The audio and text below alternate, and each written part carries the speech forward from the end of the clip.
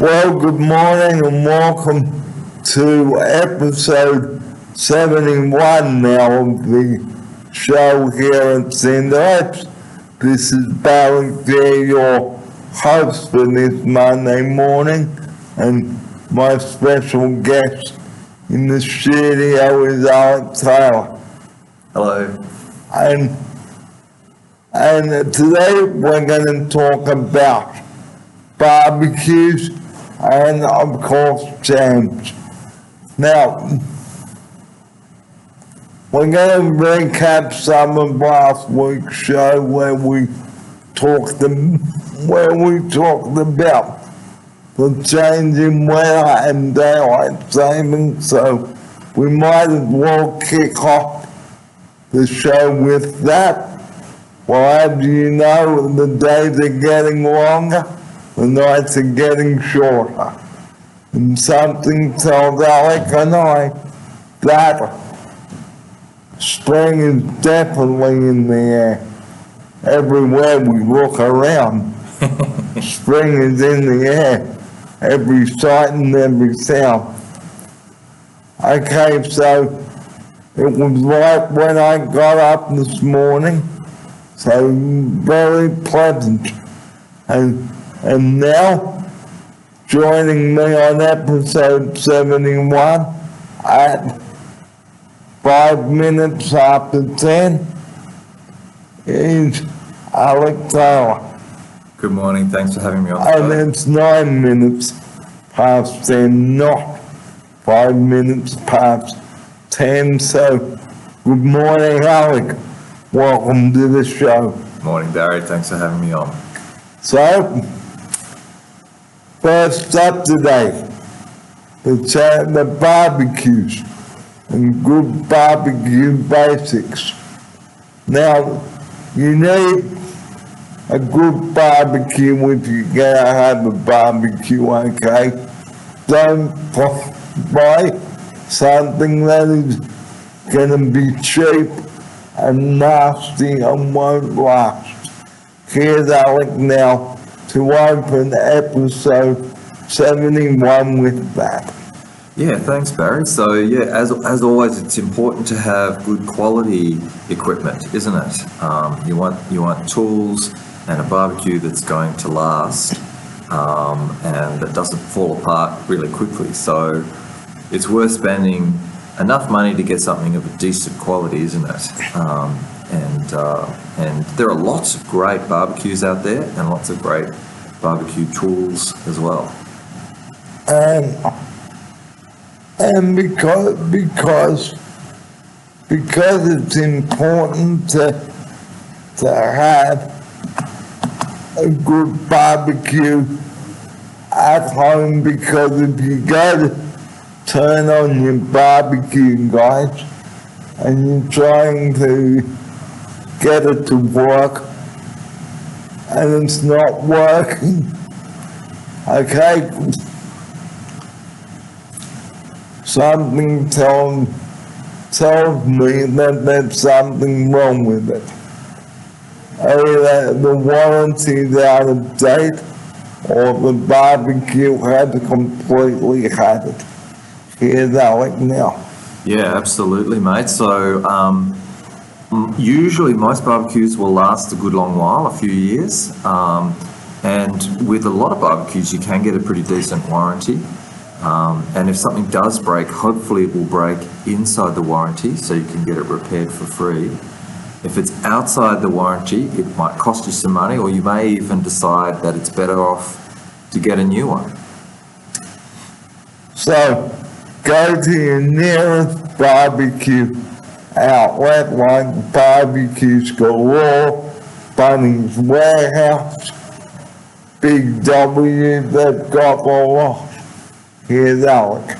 Yeah, absolutely. Lots of places you can buy a barbecue, aren't there?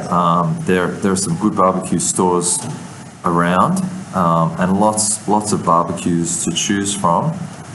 Do your research, and look online to see reviews, see what other people's experience has been with different barbecues before you buy one. And go to the store and have a chat to the staff as well, because they might be able to give you the best deal. Here's Alec. Yeah, absolutely. So quite often you can get a better deal if you go in and talk to someone and do a bit of research, do some price comparisons, and make sure you get the best possible deal that you can get. So like I've just said at the start of this introduction to episode 71 today, do not, and we repeat,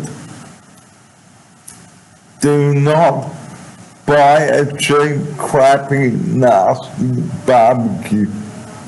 Because if you're having a welcome do or a function or a farewell, you need to have a good barbecue. Yeah, want something reliable.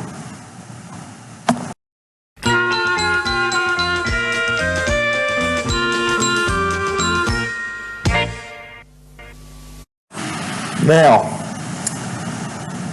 work out how you're going to get the barbecue home.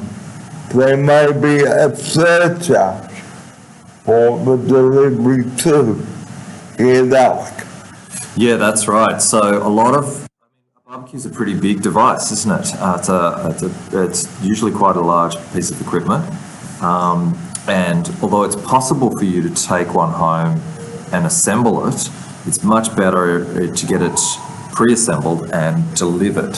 And there will almost always be a delivery fee involved with that. And it's probably worth it, right? So it's actually probably worth it to get someone else to deliver it and assemble it, just so you've got that peace of mind that it's going to be assembled correctly. And like if you do have to assemble a barbecue yourself, don't do it by yourself. Get someone to help you assemble a barbecue. And make sure you've got a good gas bottle to go with the barbecue. Here's Alec. Yeah, that's great advice. Quite often, if you've got a friend to help you assemble something, you won't make as many mistakes. If you're sort of checking each other's work and talking about how to do the assembly, you usually will do a better job, and it's easier too. So another pair of hands makes assembling things a whole lot easier. So yeah, I think that makes a lot of sense. Get a friend to help you to assemble stuff. And yeah, then a gas bottle. So make sure you've got a nice big full gas bottle, particularly if you're going to have, quite a few people over and do a bit of cooking. You want to make sure you've got plenty of gas. And if the gas bottle is empty, take it down to the service station, get it refilled. Here's Alec. Yeah, you swap it out now, don't you? Swap and go. So Swap and go. yeah, you take your empty one back, and they will take the empty one, and you get a new one, and you pay a little fee for the new one. There's a deposit, I think, for the first bottle you get, but after that you're just swapping them out and getting a filled up one. So you don't have to fill them up yourself anymore, which is good. You just put the old one, the empty one back, and take a full one. So the importance of having a good barbecue, guys. Please. I know we've battled on about this so many times, but if we don't tell you about having a good barbecue, then guys, if your barbecue goes, that's an accident waiting to happen. And accidents can become fatal. Here's Alec. Yeah, that's right. So you want to make sure that it's sort of safe, not broken, working properly always. And it is worth investing in maintenance and keeping it clean and just making sure that it's in good operating water. Because, I mean, we're talking about a flammable thing here, right, with gas. Yeah. So you do have to make sure that it's all operating correctly and safely. So, next up, we're going to talk about cooking the food on the barbecue.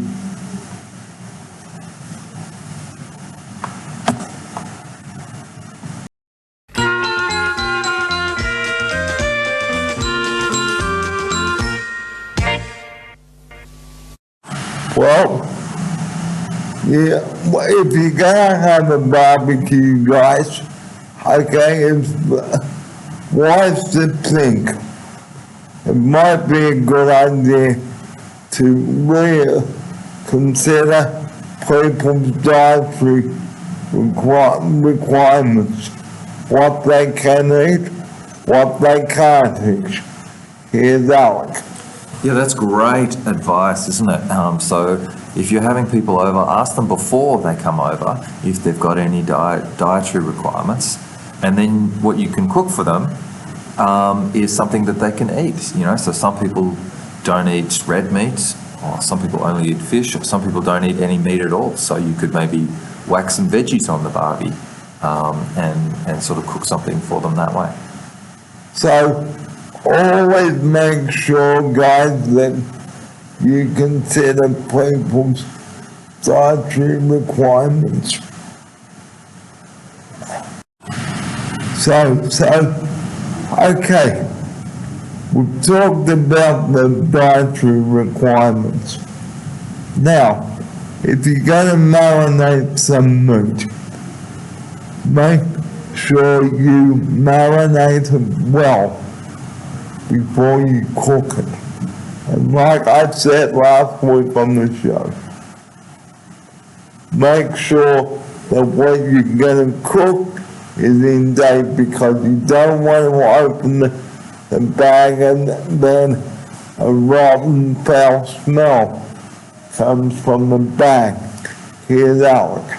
Yeah, absolutely, Barry. So you always want to make sure that the food that you're cooking is in date and doesn't smell bad and is not going to make you sick. And marinades are a great idea. You know, marinades can really enhance the flavors and can be fantastic. And quite often, as you say, it's good to leave them for a period of time to kind of... Like even overnight. Yep, absolutely. Yeah. I think that's a really good idea. So, before you cook any meat, or chicken or fish, or even beef, okay, check the date on it, okay? Because if you go to open the bag and pull it, stinks to high heaven, something tells us that the meat is off. Here's Alec. Yeah, absolutely. You've got to throw it away straight away, don't you? If you open up the packaging of some meat and it smells bad, that is a perfect sign that it has gone off. And if you were to push ahead, well, not only would it taste bad, but it would likely make you sick. So have fun with the barbecue, okay? And if you're going to invite friends around, okay, set a time and date and where you're going to have the barbecue, and make sure that everything is accessible for your guests. And if you have someone in a wheelchair, guys, consider the accessibility.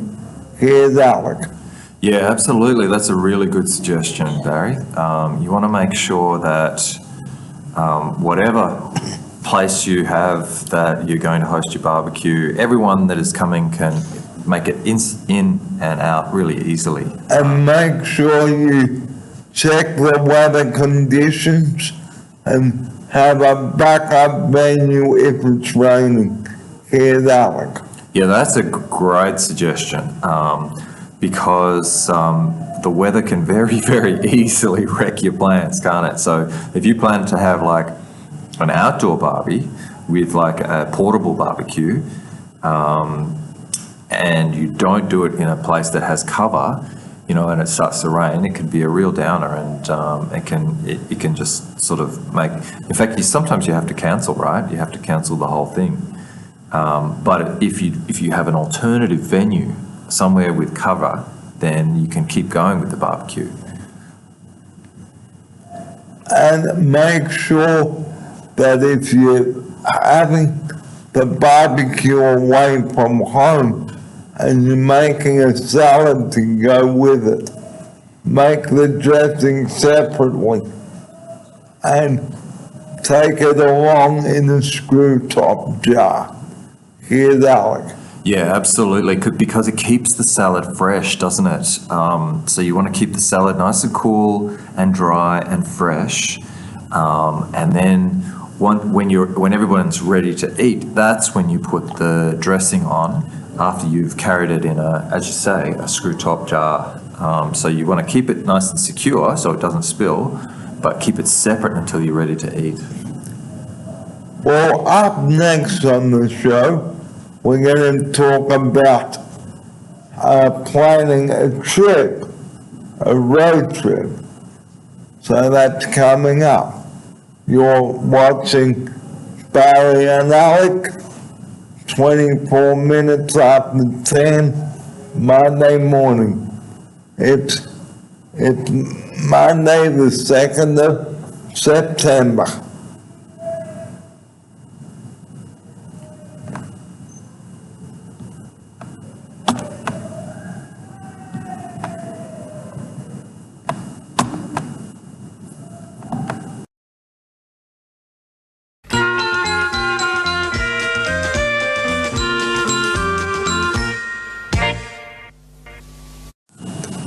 Well, now on the show, it's time to talk about planning a road trip away with the family. Now, I don't know if you received an email from me. I did. On Saturday. Thank you, Barry. I did read it, and it was very interesting.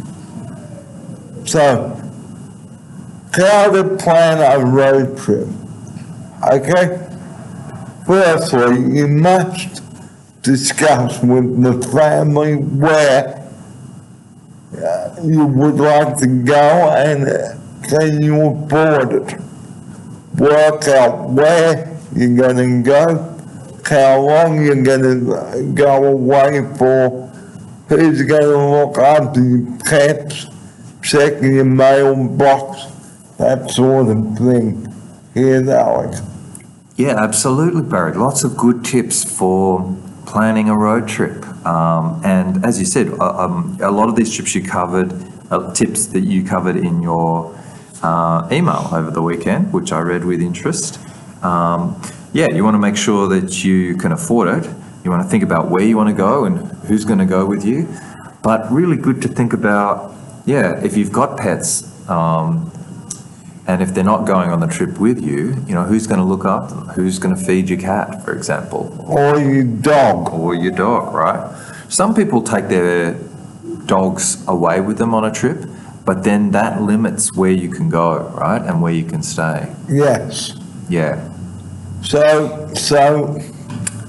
also, before you even go on the trip, guys, have a discussion with the family. Okay, because something is bound to go wrong before you even plan the thing. Like someone might become ill and you might have to cancel the whole thing and then found $200 or $500 just gone down the good, down the drain. And you don't want that. So guys, really do think about your decisions. Here's Alec.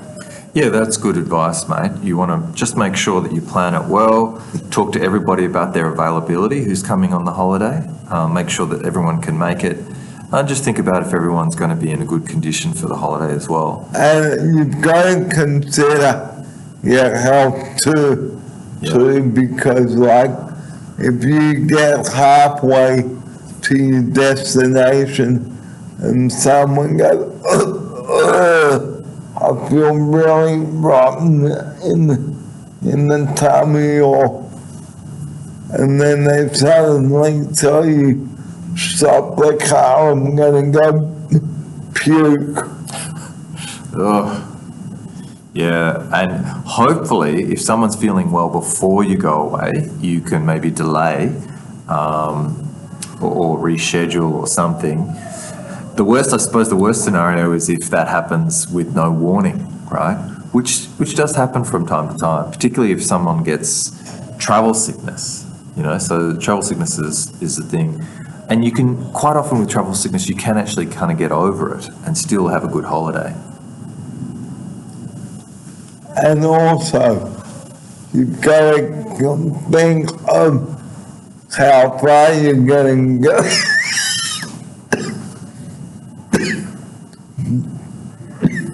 Excuse me. You've got to think about how far you're going, because if someone is really ill and they need to get home, then you've got to find somewhere that is close by and not too far. Hear that? Yeah, that's good advice. So if you know someone's not 100%, maybe don't go as far away. Stay close to home.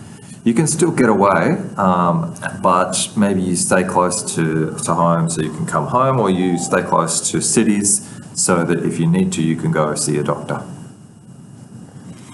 And if you need to call emergency services once you are away, please have a good phone reception. Here's Alec. Yeah, absolutely. And that is a tricky one, isn't it? So there are places, actually quite a lot of places all across Australia where there is literally no mobile phone reception. And those places are a little bit dangerous, So you just have a think about, if you're going on a big road trip, are you going to be going through, black spots for mobile phone coverage, and just make sure that you take good precautions. And that people know where you're going and know where you're going to be, that kind of thing. And also, have your car service before you go, because that is very important, guys. Because if you take the car away, and then suddenly goes bang or breaks, or your petrol gauge is not working and you're miles away from anywhere, or you break a coil, then you've had it. Hear that? Yeah, absolutely, mate. And that was another good tip that was in your email over the weekend. And basically what you want to do is make sure that your car is as reliable as possible.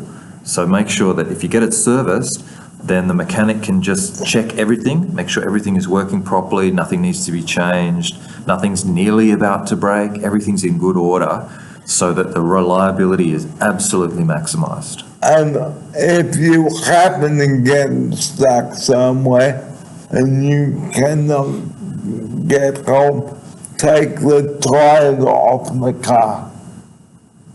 Here's that one. Yeah, so that was from one of those videos that you and I have watched in the past, wasn't it? And Jack Absalom. And what he had done was he actually used them as fuel for a fire, a smoky fire, as a signal, right? Yeah. Yeah. So he was actually using the tires from his car as something that he could light to make a fire, that would throw up smoke, and people could see that smoke from like a long way away, and then come and investigate the signal, and maybe come and help.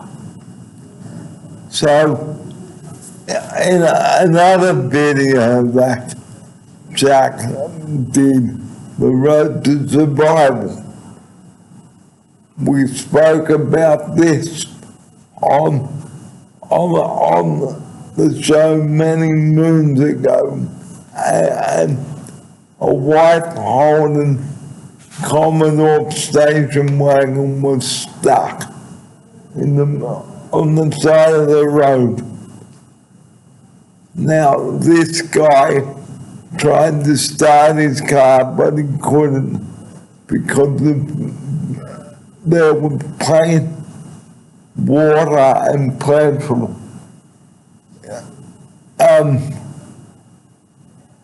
blocking the fuel filter. So there was no fuel going through the carburetor. So these people had not prepared themselves well. So if you're traveling out in the bush, for God's sake, be prepared. Here's Alex. Yeah, great advice, Barry. Be prepared. Get your car serviced. Know that it's going to be reliable, and then you'll have a great trip and a good time. Well, the last thing we're going to talk about today is a couple of jam and chutney recipes. So, this is the book.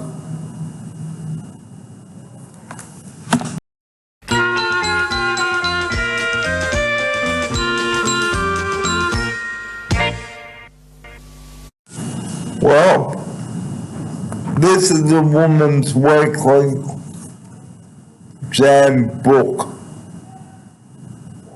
And today we're going to be talking about chutneys from the book.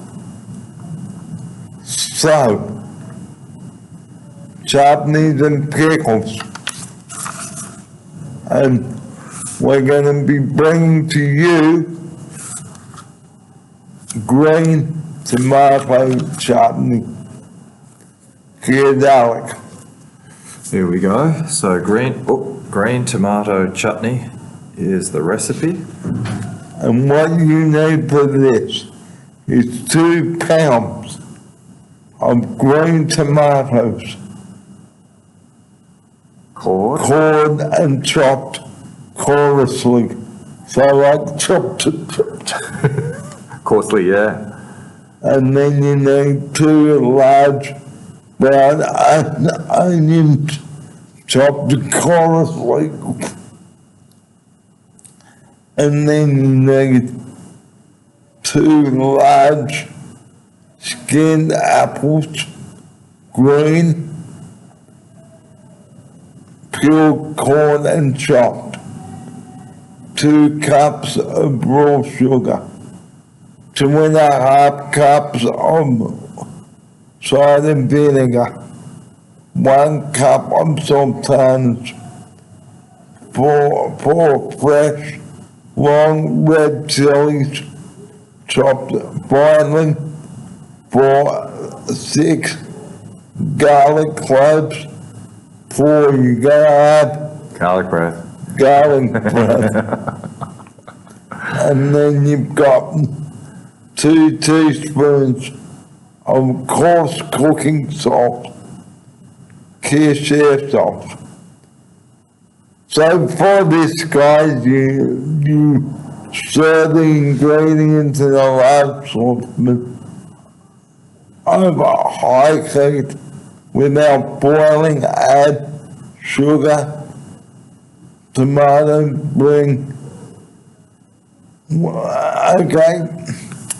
without boiling, add sugar. Until sugar dissolves and then bring to the boil. Reduce heat, simmer, uncover, stirring occasionally about 1.5 hours until chutney is thick. Spoon hot chutney into hot sterilized jars. Chill immediately. Label and date jars when cold. Now, the secret to making that chutney, you must have good hot sterilized jars. Here's Alec. Yeah, that's right, isn't it? So the jars need to be sterilized so that the chutney stays good. If it's contaminated, if the jars are contaminated, the chutney will go off. But if they're nice and sterilized, then it can actually keep for a long time, chutney, can't it? So, can Granny Smith apple the best for this recipe? Store chutney in a cool, dark place for at least 2 weeks before opening. And refrigerate after opening. This recipe is quite spicy. For a milder version, you can remove the seeds from the chili or use less chili. Serving suggestions: serve on cold meats and cheese or on sandwiches and burgers. Here's Alec. Wow, mate, that sounds absolutely delicious. Yummy green tomato chutney. So I'll just get Alec to put that recipe up on screen for you. And there it is. There it is there. And doesn't that look yummy? The sandwich here with the chutney in it. It looks like a burger. Is it? Yeah, chicken burger maybe? Yeah. Yeah. So what is chutney? Well, chutney is like marinated fruits and vegetables. It is made with onions, sugar, vinegar, spices, fruit, you name it. Here's Alec. Yeah, absolutely. And that recipe sounded really delicious. A very yummy recipe. It's kind of sweet and spicy, goes really well with meats, goes on sandwiches and burgers. It's a really super yummy thing to add, isn't it? Yep, it is. So before we close the show, always have good sterilized jars before you make any jam or chutney or jelly. Here's Alec. Yeah, as you said, that's a very important point, isn't it? Because if there's any contamination in the jars, it can actually affect the chutney, and the chutney won't keep as well, and it could even go off. So, yeah, you want to make sure that those jars are really well sterilized before you use them to make your chutney, to hold your chutney. So you need like big jars that you can store in the fridge and even put it through a sauce maybe. Here's Alec. Yeah, nice big jars that can hold a fair amount. And as the recipe said, once you've opened one of your jars, you want to keep it in the fridge after opening.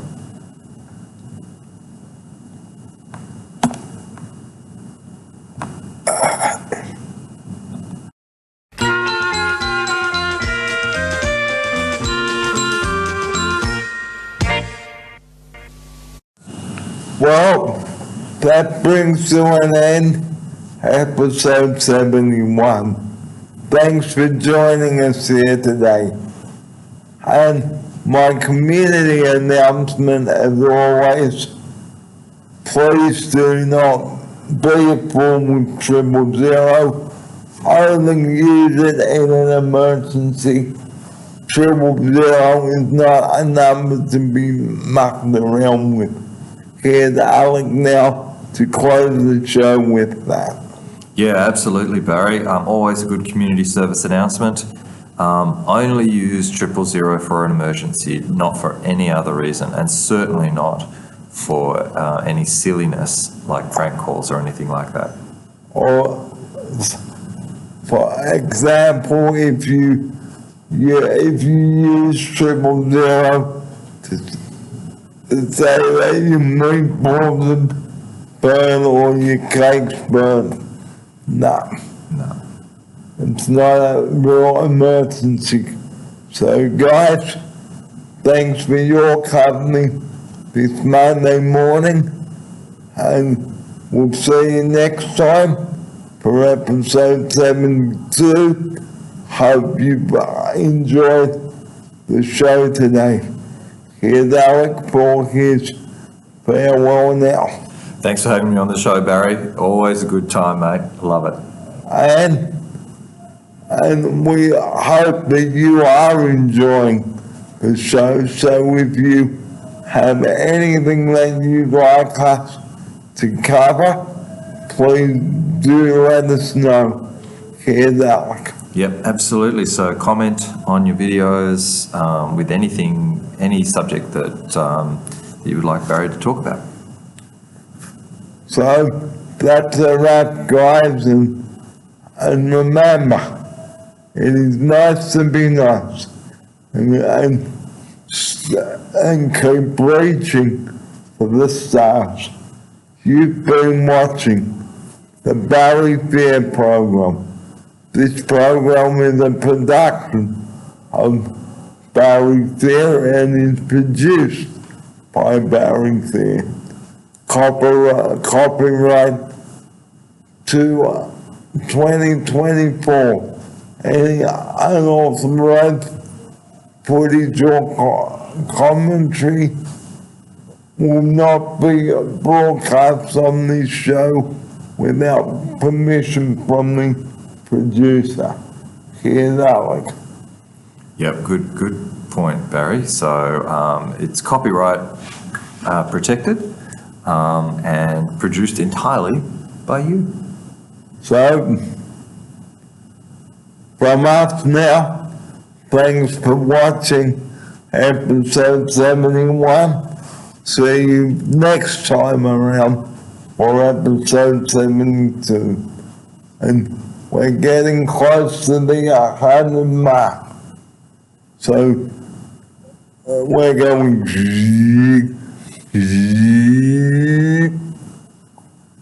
slowly but surely. And we forgot to remind you about the World on Wheels as well. Stay tuned for that. If you're in the city on the 29th of November, feel free to purchase a ticket, and I will be there, so support the clients. Here's Alec now to take us out with that. Yeah, that's a great reminder of the show that's going to be at the Opera House in late November. Check it out, get your tickets. They're selling quickly, and it'll be a great show. And look up on the website too, where you can get your tickets. And September is now in full swing too. Guys, get your septometers and help donate, raise money for Cerebral Palsy Alliance. And on that note, time for Alex and I to go, and we'll see you next time round on the show. You take care, have a great rest of Monday, and bye for now.